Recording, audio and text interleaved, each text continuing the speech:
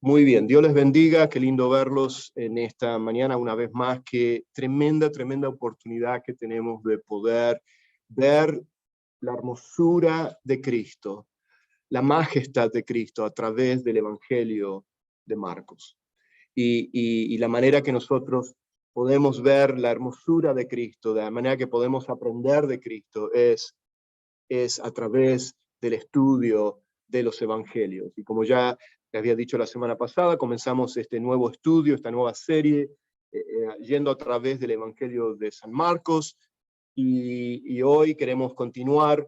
Nos quedamos ahí medio colgaditos en el versículo 5 de Marcos. Mi intención hoy es esta vez sí, hoy sí voy a acelerarle un poquito mejor, voy a hacer un poquito más de tiempo para poder cubrir los versículos realmente hasta el versículo 20. Vamos a cubrir, leímos la semana pasada del 1 al 8, me quedó terminar los versículos 6, 7 y 8, que hoy lo voy a terminar y dar un pequeño repaso, y ya enganchar los versículos 9 al 20, que hoy vamos a ver del Evangelio de Marcos. ¿Okay? Así que, ¿por qué no me permiten? Vamos a orar y pedir que el Espíritu Santo sea quien ilumine nuestras mentes y nuestros corazones, para que entonces no solamente seamos oidores de la palabra de Dios, sino que también que el Espíritu Santo de Dios nos haga hacedores a su palabra. Padre, gracias te damos. Qué hermoso es de poder estar juntos, Señor, como iglesia, como tu pueblo. Y qué hermoso, Señor, de poder ver las maravillas de tu ley, como dice el salmista, de poder estudiar tu palabra. Y por eso pedimos que tu Santo Espíritu seas quien ahora glorifique a Cristo en nuestras vidas, que tu Espíritu Santo sea quien ilumine, Señor, tu santa palabra, Señor, para que entonces, Señor, podamos comprender y podamos nosotros aplicar en nuestras vidas, Señor, tu palabra, Señor, y de esa manera que Cristo sea glorificado a través de nosotros. Permítenos ver, Señor, la hermosura de Cristo a través de este estudio del Evangelio de San Marcos. Te alabamos y te exaltamos y lo pedimos esto en el nombre de Jesús. Amén. Muy bien, vamos a ir un poquito repaso. Estuvimos viendo los versículos 1 al 5, ahí nos quedamos ya, ahí terminando casi el 5, en este pasaje, en el capítulo 1, comenzando viendo el capítulo 1, cuál era el comienzo del capítulo de San Marcos. Él comienza hablando del principio del Evangelio, del comienzo del ministerio de Jesús. Y él habla usando esa palabra, el principio del Evangelio, el principio de las buenas nuevas, el principio de la llegada, la ascendencia y el triunfo del rey venidero, del rey prometido. Es lo que Marcos comienza a decirnos como el tema, diríamos, principal de todo el Evangelio. Y en el enfoque de él, de enfocarnos de que él es el rey venidero, de que él es el verdadero rey, que había sido ya anunciado. Y había sido anunciado no solamente el rey que iba a venir, pero también que iba a venir un precursor. Y ahí vimos la semana pasada hablando de Juan el Bautista. Juan el Bautista fue el heraldo, el precursor, el aquel que precedió como precursor al rey venidero, al rey divino, o sea, anunciando la venida del rey. Esto ya lo dijimos, lo hablamos de que él venía anunciando estas buenas nuevas, este evangelio, la llegada del rey, y la manera que él preparó el camino, que eso lo vimos en Isaías, por ejemplo, en Isaías 40, versículo 3, en Malaquías 3, 1, vimos la semana pasada, vimos esas dos profecías del Antiguo Testamento que anunciaban que iba a venir un precursor, un heraldo, Juan el Bautista, que sabemos que era él, que iba a anunciar y preparar el camino del rey venidero, Jesucristo. Y por supuesto, eso lo vimos que había sido ya profetizado, esta llegada del rey, el comienzo de la historia del nuevo rey y su reino. O sea, acá empezamos a entender cuando Jesús habla de que se había acercado el reino de Dios. Él como rey, él viene ahora a establecer este nuevo reino. Y este nuevo reino continuará durante la historia de la humanidad y se va a consumarse este reino, o sea, la realidad del reino terrenal, con nuevos cielos y nueva tierra en la segunda venida de Cristo. Bueno, y eso lo estuvimos viendo la semana pasada. Entonces vemos en los versículos 4 que nos presenta quién es este precursor o el heraldo del rey venidero. Y habla, dice, Juan el Bautista. Y como ya le dije, la palabra el Bautista es para referirnos y separar a todos los demás Juanes que hay en la Biblia y a enfocarnos específicamente que este es este Juan el que estaba bautizando. O sea, que como profesión él bautizaba, y por eso que se le llamaba Juan el Bautista. Ahora bien, tenemos que entender que el ministerio de Juan había comenzado 6 meses antes del bautismo de Jesús. Y después del bautismo de Jesús se extiende otros 6 meses más. O sea que realmente el ministerio de Juan el Bautista se extiende solamente a un año. A un año o 6 meses después de que comienza el ministerio de Jesús. ¿Y cómo termina el ministerio de Juan el Bautista? De que él es encarcelado y por un tiempo él está en la cárcel, Herodes lo encarcela y después él termina siendo decapitado. Bueno, entonces vemos que eso es lo que está ocurriendo. Entonces acá nos anuncia Marcos, en el versículo 4 nos habla de que este precursor es el Juan el Bautista. Después en el versículo 5, esto ya lo habíamos visto, esto es tan solo repaso, me quiero acelerar un poquito para ya entrar en los versículos que vamos a ver hoy. Ya vimos esto, la buena noticia, hablando del Evangelio, es el nuevo rey que es Jesús, y él viene a establecer este reino de perdón, de bendición, de poder, de autoridad y de salvación. Ese es el reino que viene a establecer. Y como vamos a ver, autoridad, la autoridad de la palabra de Dios, la autoridad que él tiene sobre los demonios, la autoridad que él tiene sobre las enfermedades, la autoridad que él tiene aún sobre los pecadores, porque aquellos que ponen su fe, los vienen y los siguen al rey y se convierten en súbditos del rey. Bueno, eso lo vamos a estar viendo más adelante. Entonces, ya viendo lo que estuvimos viendo, hablando de cómo está escrito, la profecía del precursor, como había sido prometido, y todo esto es para confirmarnos que esto no eran historias inventadas, historias de ficción, sino que esto es algo que había sido anunciado cientos y cientos de años atrás. Y vemos que la llegada de este precursor, Juan el Bautista, viene a ser ahora que es un tipo también de lo que es el profeta Elías, como ahora lo vamos a ver en unos minutos más. ¿Y qué es lo que estaba haciendo Juan? ¿Cuál era su misión? ¿De qué manera él estaba preparando el camino que había sido anunciado, como dice en Isaías? Aquí yo envío mi mensajero delante de tu faz, el cual preparará tu camino, dice Isaías. ¿Cuál era entonces la manera que él preparaba el camino? Era predicando. Fíjense ahí, lo vemos en el versículo, perdón, predica 4, ahí está en el 4 y también está en el versículo 7 al principio. Yo hice un circulito ahí en esa palabra, él estaba predicando el bautismo de arrepentimiento. ¿Y qué era el bautismo de arrepentimiento? Esto describe cómo Juan preparaba el camino, ahí lo está en la pantalla.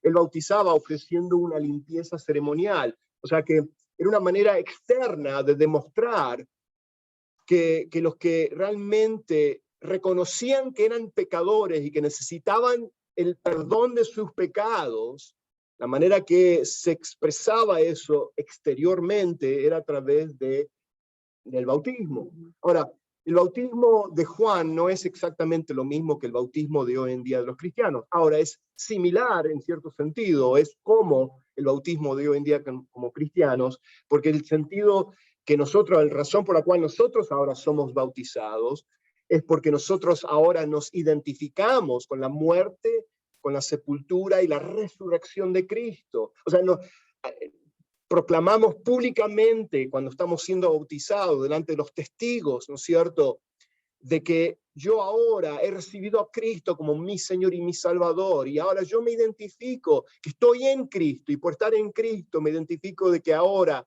en la muerte, o sea, de que yo también, así como Cristo murió en la cruz por mis pecados, yo también morí en esa cruz. Y así como Cristo resucitó, o sea, de entre los muertos físicamente, pero así como cuando uno sale de las aguas del bautismo, me estoy identificando con la resurrección de Cristo. Y así también yo resucité en nueva vida. Y ahora ya no somos más, o sea, las cosas viejas han pasado, ahora somos nuevas criaturas. Hay un proceso de regeneración donde se ha puesto el Espíritu Santo de Dios ha puesto un nuevo corazón en nosotros. Y todo eso nos habla de la salvación. O sea que este bautismo de Juan era un bautismo de que expresaba eso, expresaba el arrepentimiento, ¿no es cierto?, de aquellos que se acercaban, porque realmente el único que podía perdonar los pecados es Dios. Por eso que cuando los judíos, los fariseos, escuchaban a Jesús decir, y tus pecados te son perdonados, y lo vamos a ver más adelante en Marcos, ellos decían, se espantaban, o sea, ellos decían, ¿cómo puede ser que tú siendo hombre dices que los pecados son perdonados si solamente Dios puede perdonar pecados? Pero ¿quién ya nos dijo, Marcos, que es Jesús? El Hijo de Dios. Es Dios encarnado, segunda persona de la Trinidad. Entonces, podemos decir, claro, que Jesús podía perdonar pecados, que él podía decir eso a los pecadores, porque él es Dios encarnado. Y es interesante porque eso es lo que apuntaba este bautismo de Juan, ¿no es cierto? Y seguimos leyendo. Entonces, versículo 5, ahí nos quedamos. Voy a leer y ya vamos a entrar al 9 al 20. Dice, y acudía a él toda la región de Judea y toda la gente de Jerusalén, y confesando sus pecados, eran bautizados por él en el río Jordán. Y Juan estaba vestido, dice, de pelo de camello, tenía ¿qué? Un cinto de cuero y a la cintura, y comía langostas y miel silvestre. Y bueno, y esto nos apunta también al tipo que Juan era un... aquí está.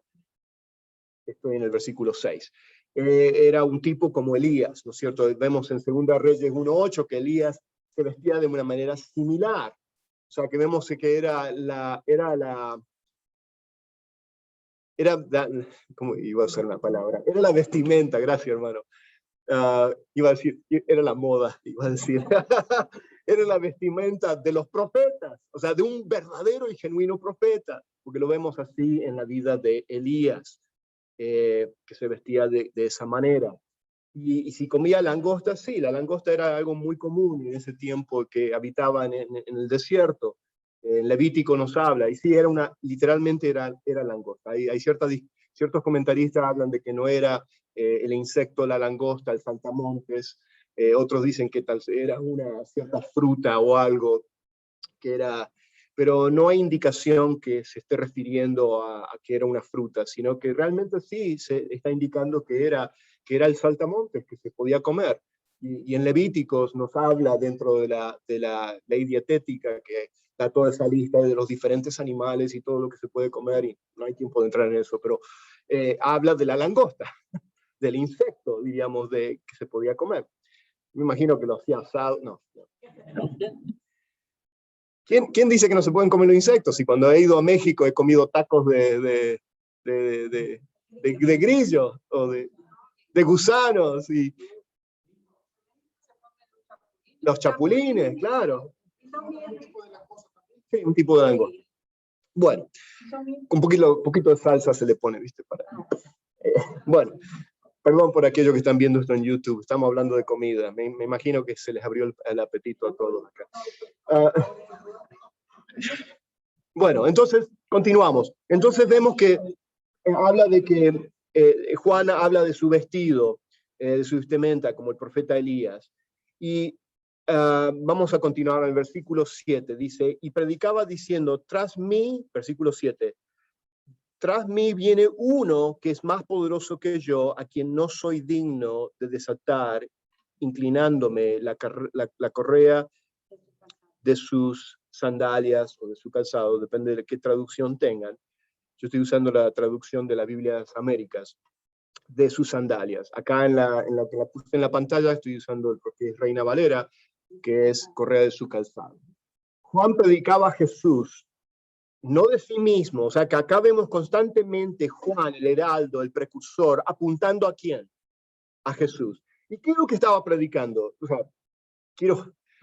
hay tanto que, o sea, me quedaría tan solo con 3 versículos para enseñar, porque la manera que podemos ver esto, que es lo que él estaba predicando, es tenemos que ir a los otros evangelios, porque Marcos, siendo un evangelio que es corto en sí, Marcos se enfocó en acción, se enfocó en los milagros de Jesús, más que en muchos de los sermones largos y extensos, o en las conversaciones. Vemos que Marcos, él omite esas cosas. ¿Por qué? Porque Marcos tiene un objetivo, él quiere que nos enfoquemos en las obras de Jesús, en lo que Jesús hizo, como apuntando de que Él es el verdadero Rey venidero, ¿no es cierto? Entonces, no es que está omitiendo, o sea, tiene un propósito, pero para poder saber un poquito más de lo que Juan estaba predicando, tenemos que ir, por ejemplo, a Mateo capítulo 3, y se lo voy a leer, si quieren pueden ir, capítulo 3, en el 4-5, cuando habla de que acudían a él a ser bautizados, y cuando él ve en el versículo 5, dice, acudía entonces a él Jerusalén, toda Judea, estoy en Mateo 3, perdón, toda la región alrededor de Jordán, y confesando sus pecados, eran bautizados por él en el río Jordán. Versículo 7, pero cuando vio que muchos de los fariseos y saduceos, acá Juan utiliza lo mismo, o sea, las mismas palabras duras que Jesús utilizó a los religiosos, aquellos que pensaban que ellos no necesitaban el perdón de sus pecados, porque ellos eran hijos de Abraham, ellos eran hombres, personas de la promesa, ¿no es cierto? Fíjense cómo les dice lo que predicaba Juan el Bautista. Dice, pero cuando vio que muchos de los fariseos y saduceos venían para él para el bautismo, o sea, para pretender que eran religiosos, piadosos, ¿no es cierto? Él expone el corazón de ellos, como Jesús exponía el corazón de los fariseos. Y dice, camada de víboras, ¿quién os enseñó a huir de la ira que vendrá? Por tanto, dad frutos dignos de arrepentimiento. O sea, lo que está diciendo es que si realmente ustedes quieren venir a ser bautizados por mí, entonces no lo hagan por apariencia exterior, sino que realmente háganlo demostrando, dando frutos de arrepentimiento, o sea, frutos de obediencia. Eso es lo que está hablando acá. Por eso digo que me tardaría, no sé, 2 años para estudiar, para que vayamos a través de Mateo, porque teníamos que ir, entonces estamos yendo a los otros evangelios para ver más en detalle. Pero bueno, con esto quiero terminar. Dice, por tanto, da fruto digno de arrepentimiento. Versículo 9, no presumáis que podáis decirlo a vosotros mismos, tenemos a Abraham por padre. ¿Ve? Les expone lo que ellos mismos se decían de sí mismos, que pensaban de que ellos podían ser salvos porque eran descendientes de Abraham, o que podían ser salvos por su religión, o podían ser salvos por sus obras. Que hoy en día mucha gente piensa de esa manera también. Piensa que porque van a una iglesia, entonces de esa manera, de alguna manera están ganando algún tipo de favor con Dios. Pero realmente es el verdadero, y esto lo enseñé cuando fuimos a través del Evangelio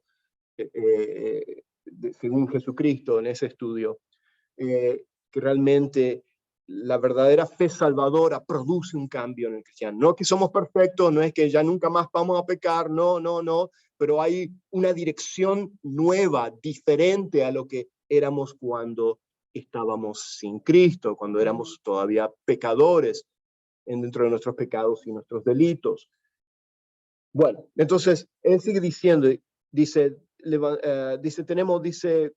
porque os digo que Dios puede levantar hijos de Abraham de estas piedras, y el hacha ya está puesta a la raíz de los árboles, por tanto todo árbol que no da buen fruto es cortado y echado al fuego. Yo la verdad os bautizo con agua para arrepentimiento. O sea, yo tan solo puedo bautizar con agua. Yo no puedo perdonar pecados, ni el hecho de que ustedes están viniendo y bautizándose así, yendo a través de las aguas en el río Jordán, de alguna manera eso va a añadir, porque hay gente hoy en día y ciertas también sectas que enseñan de que uno para poder ser salvo no basta con profesar o confesar a Cristo como tu Señor y Salvador, sino que muchos creen que también tienen que ser bautizados a través de las aguas. La iglesia, creo que de Cristo, no sé, los Pentecostés Unidos, pero apóstoles y profetas, gracias.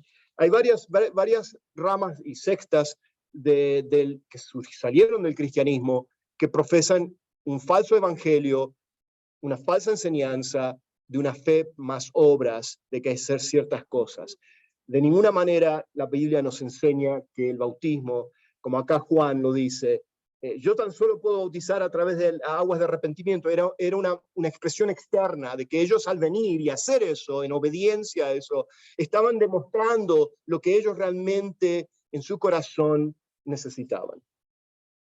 Yo creo que nosotros hacemos lo mismo cuando hablamos a Cristo. Ven a Cristo y cuando ellos confiesan, nosotros no podemos perdonar los pecados. No, así es. Pero le apuntamos. Puede perdonar. Así es. Así es. Juan, exacto. Correcto, y fíjense, seguimos leyendo, estoy todavía en Mateo y vamos a llegar a Marcos, regresamos a Marcos. Y él dice, yo la verdad os bautizo con agua para arrepentimiento, pero el que viene detrás de mí, el rey venidero, el rey divino, el que he estado anunciando, dice, es más poderoso que yo, a quien no soy digno de quitar las sandalias. Él os bautizará con el Espíritu Santo y con fuego.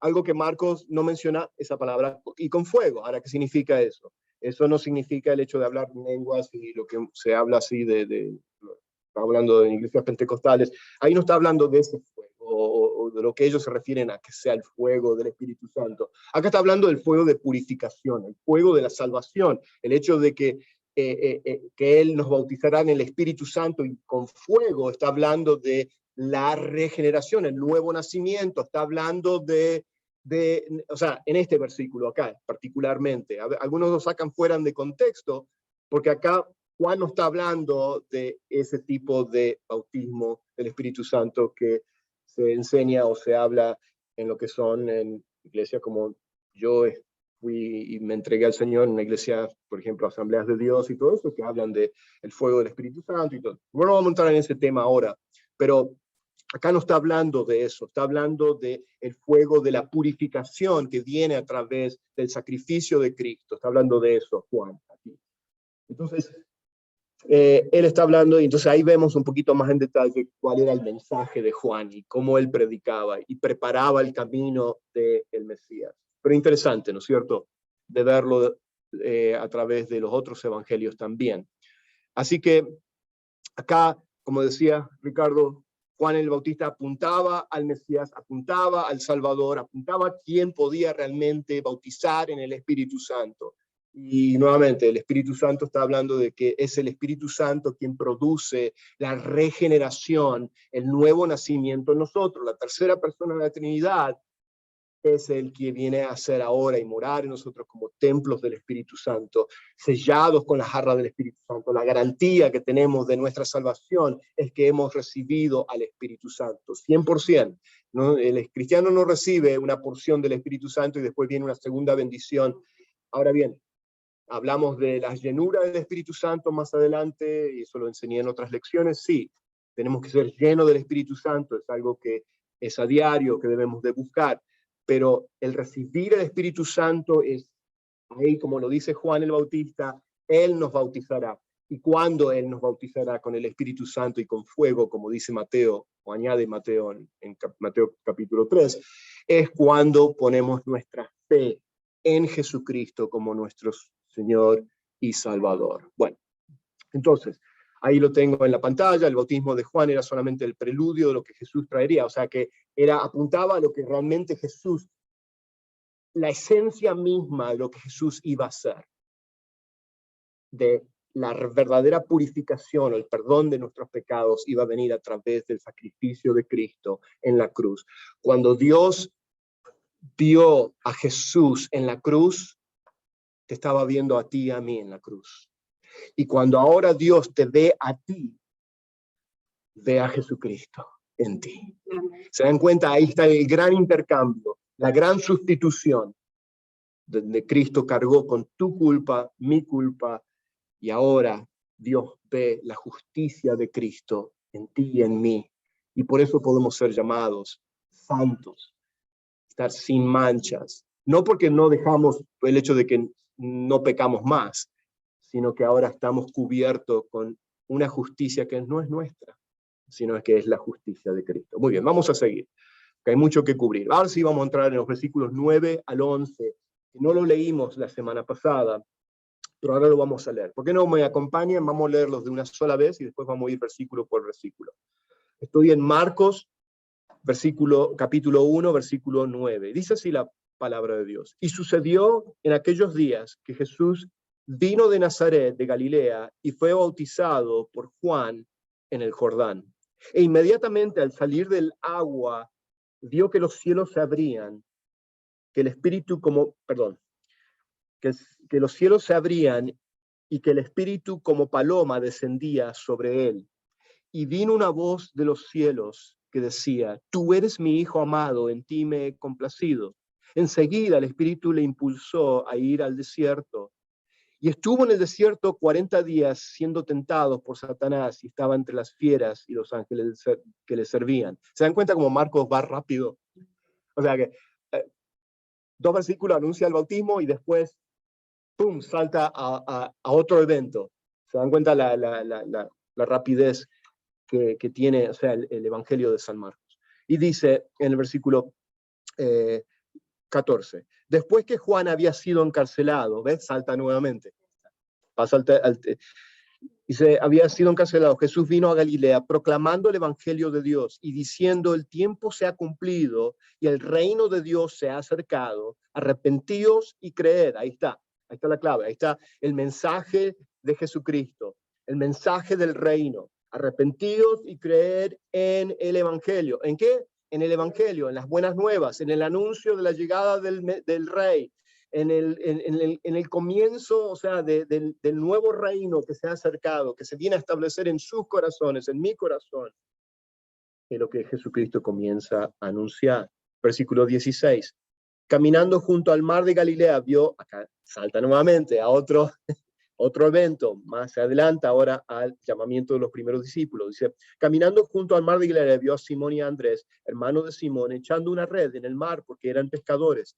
Y Jesús les dijo, seguidme y yo haré que seáis pescadores de hombres. Y dejando al instante, yo circulé esa palabra al instante, interesante.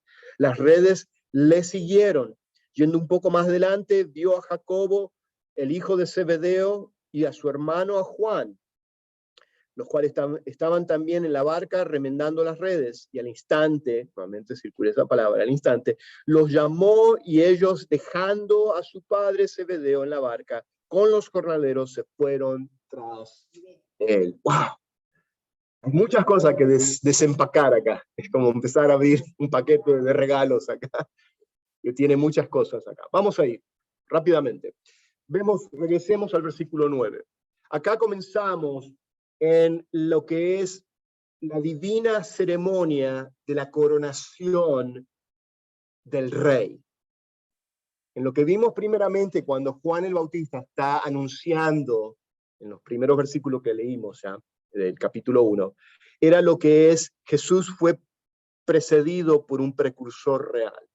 Ahí tenemos el heraldo, el que está anunciando. ¿Se acuerdan que habíamos dicho que es cuando entraba un rey en una ciudad conquistada, era anunciado primeramente la llegada del rey? Ahora vemos, estas son las 5 maneras o pruebas que Marcos quiere hacernos ver de que Jesucristo es el rey divino, el rey prometido, y entonces nos da la proclamación de la venida del rey por Juan el Bautista. Ahora vemos en el bautismo, es como si fuera la coronación del rey, donde el rey es coronado, es reconocido. Este es mi hijo amado, que viene del Padre, anunciado. Es interesante de ver eso, es hermoso de poder entender. Entonces Juan está ahora anunciando la ceremonia de coronación del rey. Como ya les dije, ahora Jesús tiene 30 años de edad. Y el ministerio de Juan había tenido ya unos 6 meses de estar él en el desierto anunciando la venida del Mesías. O sea que a Juan le quedaban otros 6 meses más del ministerio antes de ser encarcelado y antes de ser él decapitado y muerto. O sea que solamente el ministerio de Juan duró 1 año. Y bueno, y este es el comienzo del ministerio de Jesús, justamente después del bautismo. Muy bien, acá lo tienen en la pantalla. Jesús vino de Nazaret de Galilea, y tiene que ser reconocido que era Nazaret, ¿estaba dónde? En Galilea. ¿Por qué? Porque nadie conocía la pequeña villa que era Nazaret, era desconocida en ese tiempo. O sea, nosotros hoy la conocemos porque se conoce, ¿no es cierto? Porque estamos muy familiarizados con Nazaret, ¿no es cierto? Y si uno va a Israel, encuentra esa pequeña villa de Nazaret, ahí cerca del mar de Galilea. Pero bueno, acá les voy a mostrar un mapa para tan solo mostrarles dónde se encuentra Galilea. Galilea está aquí, ¿cierto? El norte de Israel. Acá está el mar de Galilea o el mar de Genesaret. Tiene varios nombres, que no es un mar, es realmente un lago. Pero se le dice mar porque tiene un ojo del mar que viene del mar Mediterráneo. Está aquí el mar Mediterráneo. O sea, hay como una conexión subterránea, diríamos, del lago. Pero bueno, el punto es que es un lago, por eso se le conoce como mar. Muy bien, y acá está Nazaret. ¿Okay? Entonces, él dice que va de Nazaret ¿a dónde? A Galilea, ¿cierto? Se dirige a esta zona. Ahora bien, tenemos Capernaum al norte del mar de Galilea, que después, más adelante vamos a ver, que ese es el centro de operaciones que Jesús establece. Su centro de operaciones lo establece ahí en Galilea. Ahora bien, esta zona de Galilea se encontraba lo que era el reino del norte de Israel. Y es importante porque también se conocía a Galilea como Galilea de los gentiles. Y usted dice, ¿por qué se ya conocía como Galilea de los gentiles?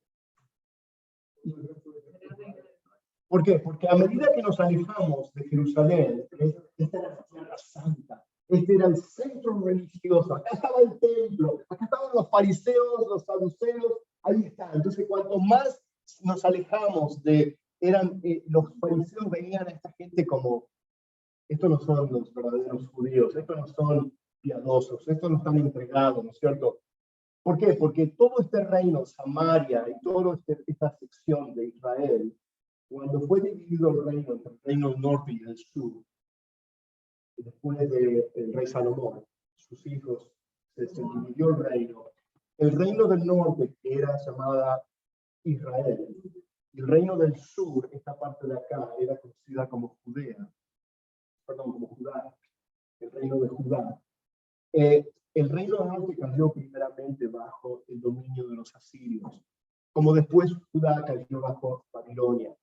Pero cuando primeramente, unos 100 años antes de que el reino del sur cayera bajo el control, dominio de Babilonia, el reino del norte nunca se arrepintió, se alejó del Señor, y el Señor trajo juicio sobre el reino del norte primeramente. Y no tengo tiempo de entrar en todo esto, pero lo quiero decir porque esta zona, cuando el imperio asirio conquistó a esta parte de Israel, lo que hizo es extrajo a toda la gente, pero también introdujo a los asirios y gente pagana a vivir en esta zona y se quedaron acá.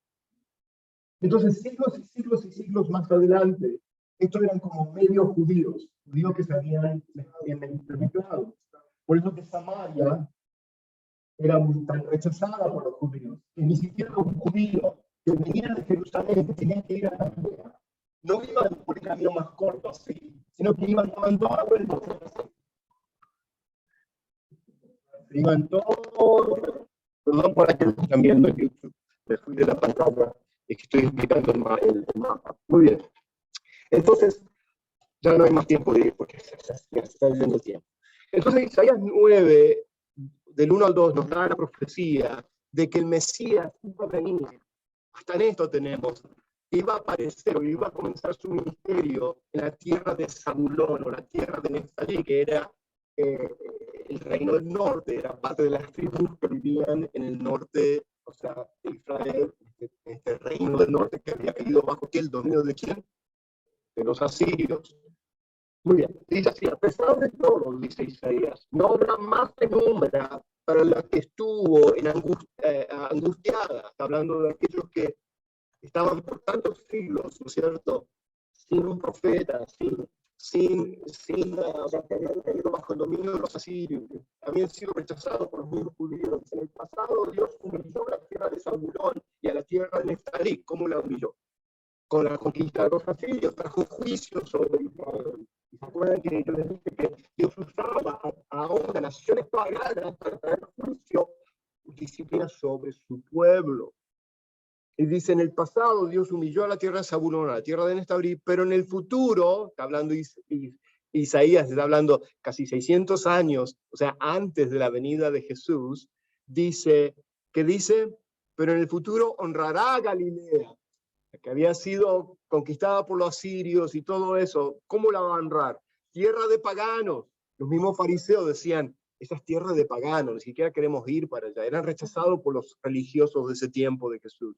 Dice, tierra de paganos, en el camino del mar, al otro lado del Jordán, hablando de Galilea, al otro lado del Jordán. Dice, ¿y de qué manera? El pueblo que andaba en la oscuridad ha visto una gran luz. Sobre los que vivían en densas tinieblas, la luz ha resplandecido. Y esa luz es la luz de Cristo. Ahora apareció el Mesías, el Redentor, el Salvador, y él comienza su ministerio en Galilea de los gentiles.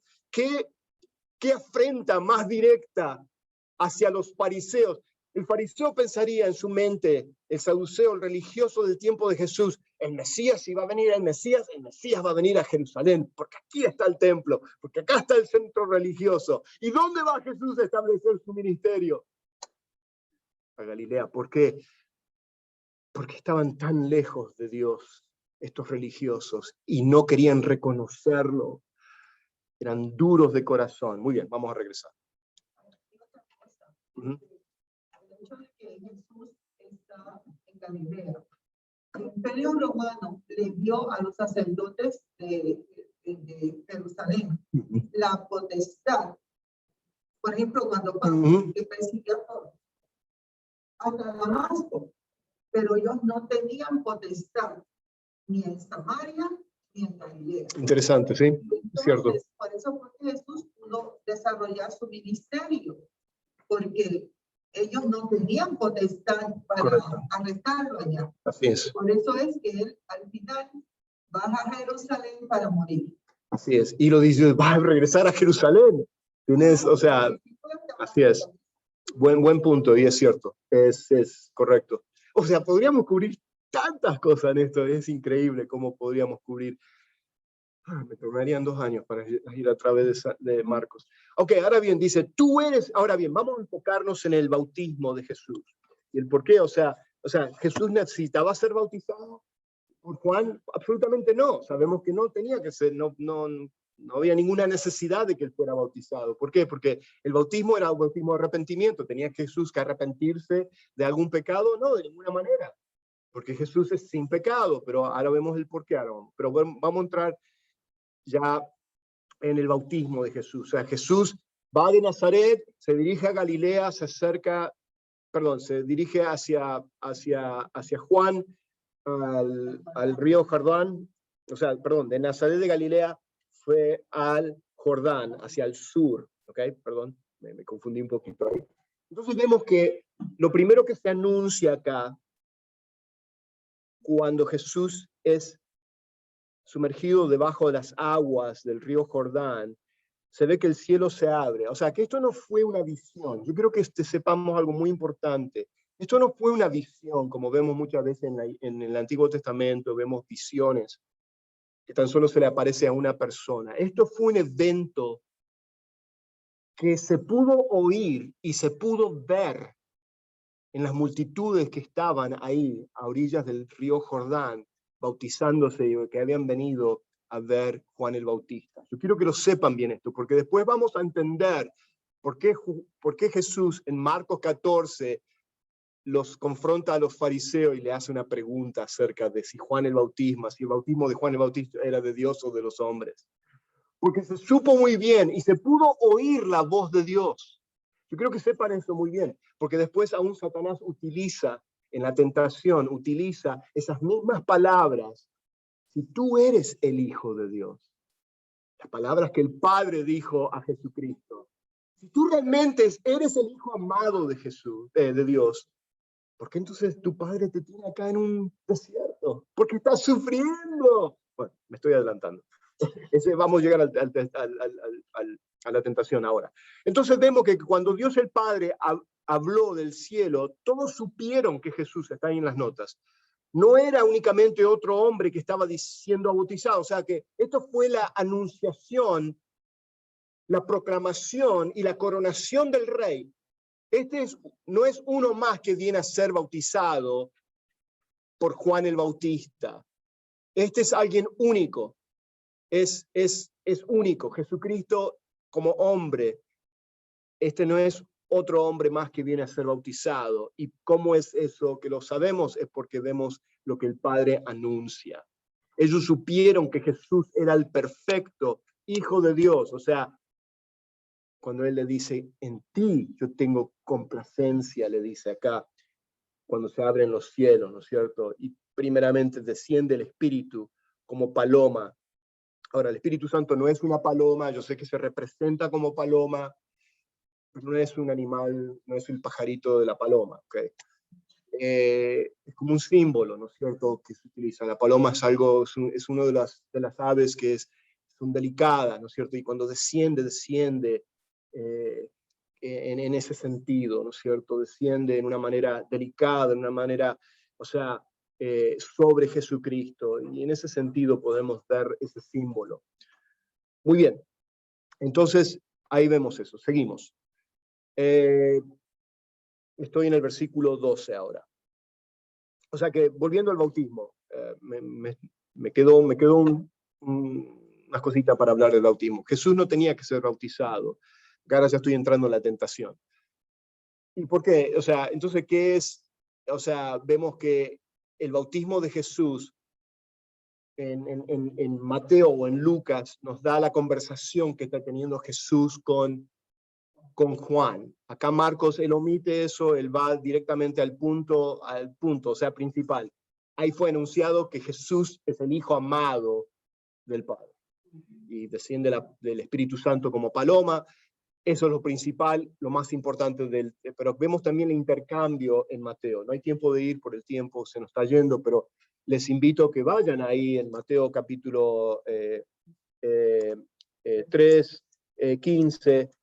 Está la conversación cuando Juan el Bautista le dice, yo no tengo que bautizarte a ti, tú tienes que bautizarme a mí. O sea que no entendía Juan el Bautista, no entendía el por qué Jesús venía a hacer eso, ¿no es cierto? Y sabemos que eso ocurrió es porque realmente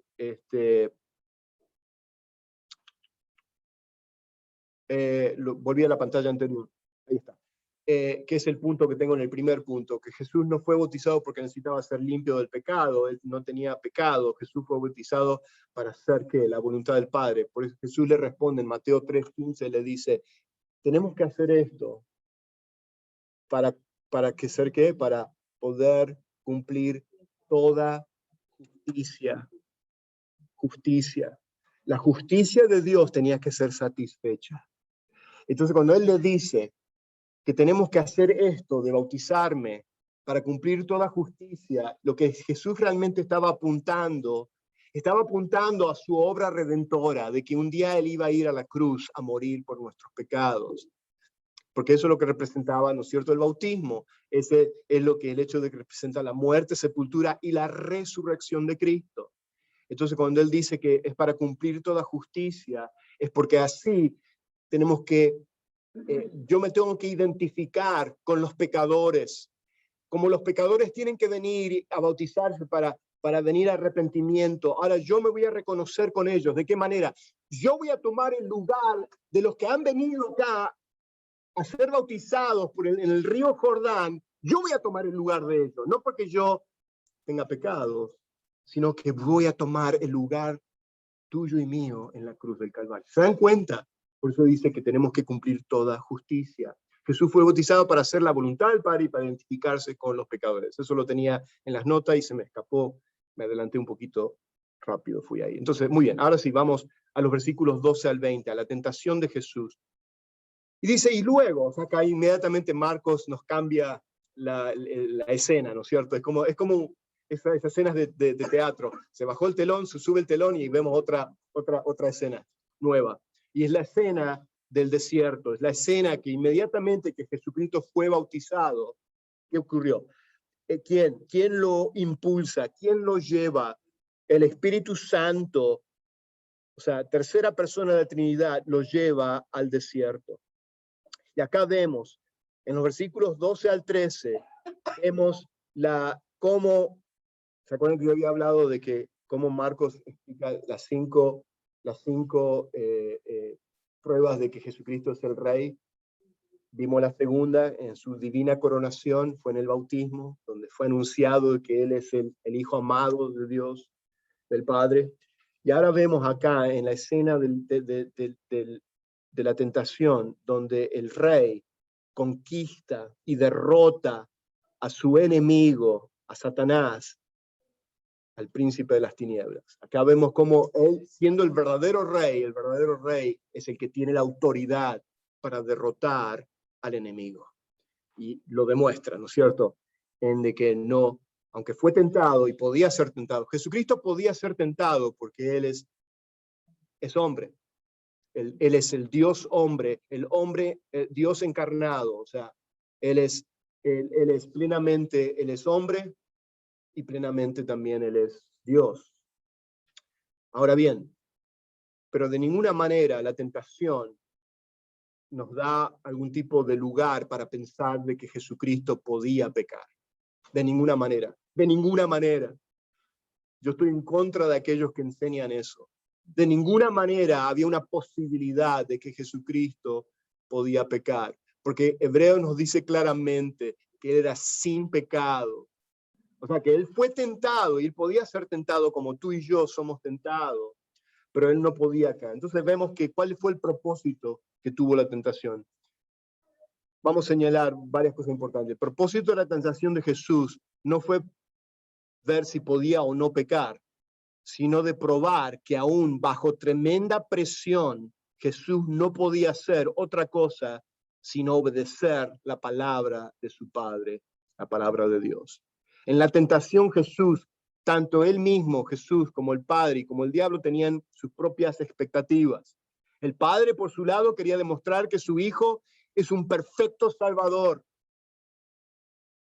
porque simplemente no podía pecar.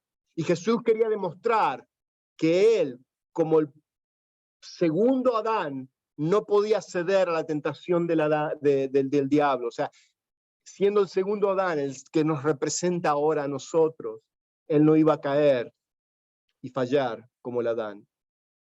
Pero vemos que el diablo pensaba él pensaba de alguna manera que podía hacer caer a Jesús. Muy bien. Entonces vemos que después de la aparición del Espíritu Santo en su bautismo, la obra del Espíritu Santo Jesús fue a dirigirle ¿a dónde? Al desierto. Y dice que estuvo en el desierto 40 días siendo tentado durante todo ese tiempo. Claro, Marcos omite la parte de que él también ayunó por 40 días. Pero la cuestión es que Marcos quería enfocarnos de que fueron 40 días de tentación, 40 días de prueba. O sea, que no tan solo fueron las 3 tentaciones.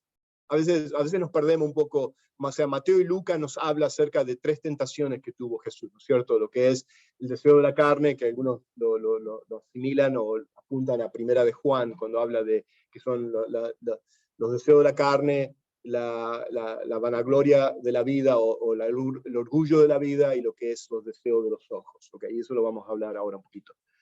Ahora bien, desierto. Esta es la imagen del desierto ahí en lo que es en el sur de Israel, cerca del mar. Si ustedes ven en la primera foto que tienen a la derecha, ahí a lo lejos se ve lo que es el Mar Muerto. Entonces vemos cómo sería donde se encontraba Jesús. Esta es una imagen de lo que podríamos imaginarnos dónde estaba Jesús por 40 días, o dónde estuvo Jesús por 40 días. Y ustedes dirán, ¿dónde dormía? Bueno, ahí, o sea, como se dan cuenta, no es un desierto como el desierto de Sahara, donde tan solo hay pura arena. Hay ciertas piedras y cuevas, hay muchas cuevas en estos lugares. De por sí que las cuevas que están cerca del Mar Muerto, donde se encontraron los rollos del Mar Muerto en esas cuevas. Entonces me imagino, o sea, ahí, bueno, ya. Y no me voy a tomar mucho tiempo. Jesús, ¿por qué entonces estuvo en el desierto y por qué Jesús fue tentado, como yo le estaba explicando anteriormente. Jesús se identificó con los pecadores en su bautismo. Ya les dije eso, la razón por la cual Jesús se bautizó no era tan solo para que fuera, o sea, primeramente para que fuera anunciado de que Él es el rey que está siendo coronado, que se le dio autoridad, Él es el Hijo amado del Padre, pero también fue para, acá vemos que Él fue el pensamiento acá, Él también, aparte de identificarse con nosotros en el bautismo, de tomar nuestro lugar, de cumplir toda justicia, Él aquí en la tentación también se identifica en su tentación con nosotros. Porque como dice Hebreos 4:15, está en la pantalla, nos recuerda que dice, porque no tenemos un sumo sacerdote, hablando de Jesús, que no pueda compadecerse de nuestras debilidades, sino uno que fue, ¿qué? Tentado en todo, según nuestra semejanza, como hombre, ¿no es cierto? Como ser humano, pero sin pecado. Ahí está nuevamente. Él no podía pecar porque Él es sin pecado. 40 días, o sea, 40 noches. Y eso tiene una similitud. Apunta también a, ¿se acuerdan? Israel estuvo 40 años en el desierto. Moisés estuvo también 40 años antes de regresar a Egipto. O sea, tenemos esos 40 años representan como símbolo de prueba, ¿no es cierto? De prueba. La prueba de Israel, ¿no es cierto? Por 40 años en el desierto. La prueba, ¿no es cierto?, de Moisés antes de regresar a Egipto por 40 años. Entonces vemos ese apunta a eso, un tipo, ¿no es cierto? Y acá vemos 40 días Jesús en el desierto. A ver qué otra cosita más me queda. Mateo y Lucas detallan 3 tentaciones. Como ya les dije, no hay tiempo de ver eso. Tal vez lo doy un poquito de repaso la semana que viene, pero cada una de ellas te apuntan y atacan. No, tal vez se los voy a decir ahora. Ya se me fue el tiempo. Cuando vamos a Mateo y habla acerca, y si quieren lo podemos ir ahí a Mateo capítulo 4, cuando dice que primeramente la primera tentación, voy a ir rápido en esto, no voy a entrar mucho porque esto es un estudio en esto, sino que vemos que Satanás le dice que, y acercándose el tentador, versículo 3 del capítulo 4 de Mateo, le dijo, si eres, acá le ponen en tela de juicio, si eres hijo de Dios. ¿Cómo que si eres hijo de Dios? No, ve cómo Satanás está apuntando al bautismo, donde se escuchó, o sea, se pudo escuchar una voz, no se vio al Padre, pero se escuchó una voz que dijo que tú eres mi hijo amado, en quien tengo que complacencia.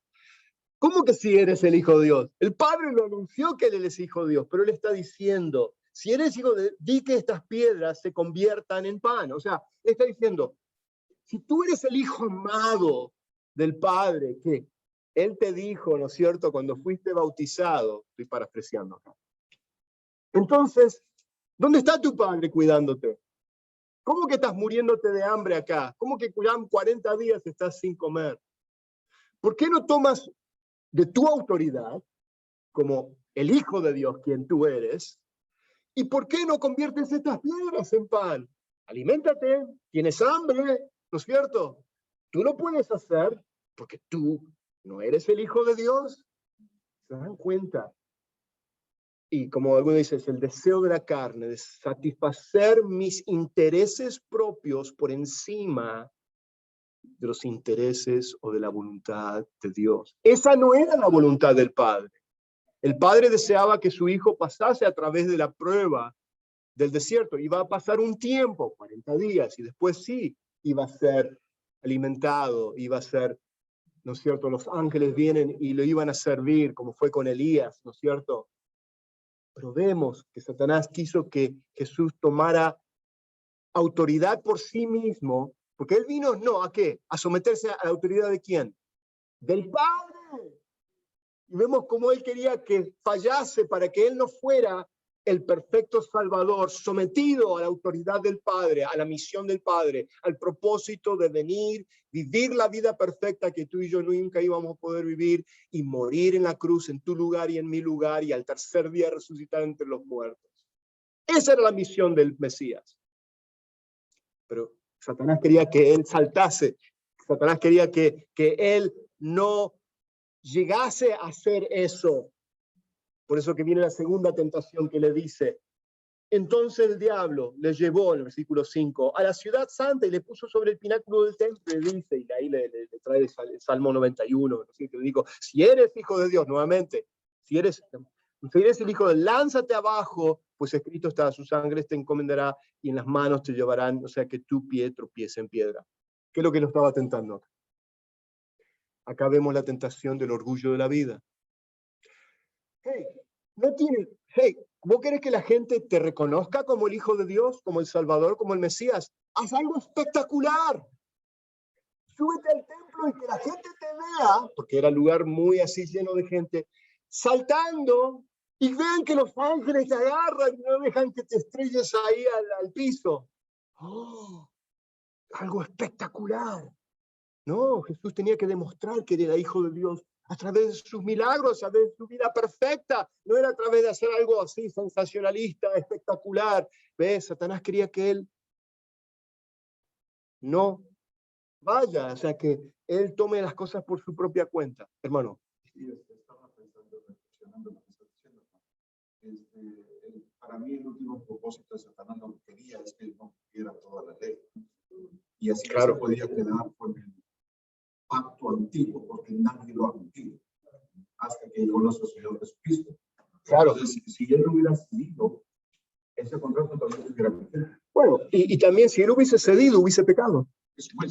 Por eso mismo. Correcto. Hubiese pecado. Hubiese desobedecido al Padre, porque esa no es la misión del Padre. Sí. Recuerda que, como que no se vieron hermanos del pacto antiguo, fue la misma pregunta de Satanás a Eva. ¿Acaso ha dicho Dios que si comes de esto? Así es. ¿Cierto? Entonces, si Jesús cede a una tentación, entonces no es perfecto. Así es. Así es. Y no está apto para sacrificarse. Así es. Así es. Entonces, bueno, no me quedó el último, pero lo dejo para la semana que viene. ¿Qué más tenemos acá? ¿Qué más? Quiero terminar tan solo en el 14 y el 15. Con esto ya termino.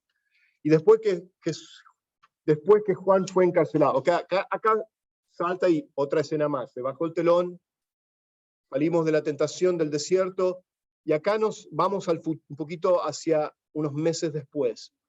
Acá transcurren aproximadamente, tal vez aproximadamente 6 meses, donde nos habla de que Juan fue cancelado y Jesús vino a Galilea. Acá comienza el ministerio de Jesús, y acá está Galilea. Fíjense qué precioso y hermoso es Galilea. Fíjense las orillas del mar de Galilea, ahí es orillas de lo que es la zona de Capernaum, o en esas áreas, y después, bueno, después vamos a ver un poquito más la semana que viene acerca de eso, pero es ahí donde ahora Jesús, después de que Juan es encarcelado y termina el ministerio de Juan, fue 1 año solamente que Juan estuvo en el desierto anunciando, y después de que Jesús es bautizado, transcurren 6 meses más, y ahora él es encarcelado, ¿ok? Y es ahí donde la mayor parte del ministerio y del tiempo ocurre, del ministerio de Jesús, o sea, casi hace 2 años, transcurren en esta región de Galilea, porque ya el último año, el año de la pasión, es donde Jesús después desciende y empieza a enfocarse ya en Jerusalén, y después llegamos ya, por supuesto, a la semana de la pasión igual. Ahí quedamos más o menos en los versículos 15 para ya retomar. Me quedan unos 5 versículos más. Yo sé que nunca voy a poder terminar, pero si no se va mucho tiempo. Pero es hermoso de poder tomar tiempo. Como dije, no tengo ningún apuro, no estoy siguiendo ningún programa. Esto es tan solo ir leyendo y empezar a ver la palabra. ¿Por qué me permite orar y termino? Padre, te damos gracias nuevamente por tu santa palabra. Gracias, Señor, por mostrarnos que Jesús es el verdadero Rey, el Rey divino, el Rey que vino a establecer su reino en nuestros corazones. De saber que a través del bautismo, Señor, representándonos a nosotros como pecadores, Señor, y ahora nosotros como seguidores de Cristo, al poner nuestra fe en Jesucristo, ahora nos hemos identificado también nuevamente con la muerte, la sepultura y la resurrección de Cristo, así como cuando fuimos bautizados. Gracias, Señor, al ver también al Rey divino, al Rey que ahora tiene autoridad sobre el enemigo, autoridad sobre el pecado. Gracias, Señor, por mostrarnos a través de la tentación de Jesús, de cómo Él fue más que vencedor, de que Él venció al enemigo, así también nosotros somos más que vencedores porque nos encontramos en Cristo. Gracias, Señor, por mostrarnos la hermosura, Señor, de Jesús. Y ahora pedimos, Señor, que tú nos continúes bendiciendo en esta semana y que nuestras vidas continúen glorificando a Dios a través de nuestra obediencia a Cristo. Te alabamos y te exaltamos y lo pedimos esto en el nombre de Jesús. Amén y amén.